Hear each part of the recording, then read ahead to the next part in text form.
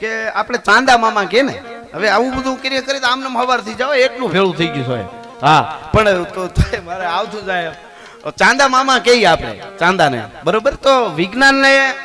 સંશોધન ક્યારે કર્યું હોય છે મને પૂરી ખબર નથી એટલે મને ખબર હોય એટલું જ હું કહીશ પણ મને એમ લાગે બહુ તો 100 વર્ષ કે ધરતી જેવો ચાંદો છે અથવા 200 વર્ષ આપણે ગણીએ ચાંદો છે ને એમાં માટી પથ્થર છે એ ધરતી જેવો જ છે ધરતીમાંથી જુદો જાણે પડેલો એક ટુકડો છે આવું 100 કે 200 વર્ષ પહેલા વિજ્ઞાને સાબિત કર્યું જો તમને પુરાવો વિજ્ઞાનનો આપું મને યાદ આવી ગયું એટલે અને અહીં આપણા ધર્મને લઈને બેઠા છે એટલે જવાબદારી આવે એટલા માટે વિજ્ઞાને 100 200 તો નહીં થયા હું કહું છું મને પૂરી ખબર નથી એટલે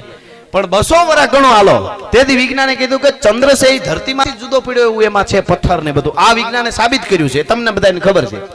હવે આપણે ચાંદા મામા કહીએ છીએ અને કેટલા વર્ષ થયા છે એની કોઈ માપ નથી કદાચ 1000 વર્ષથી કહેતા છે 2000 વર્ષથી કહેતા હોય 5000 વર્ષથી ચાંદા મામા કહેતા છે ને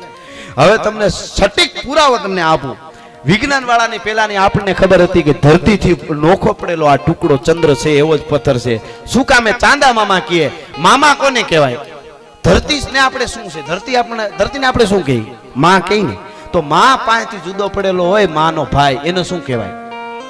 એટલે ચાંદા મામા કહીએ છીએ આપણું વિજ્ઞાન કેટલું આગળ છે કોઈની કલ્પના કરજો આવું એક નહીં 1000 દાખલા તમને હું આપી શકું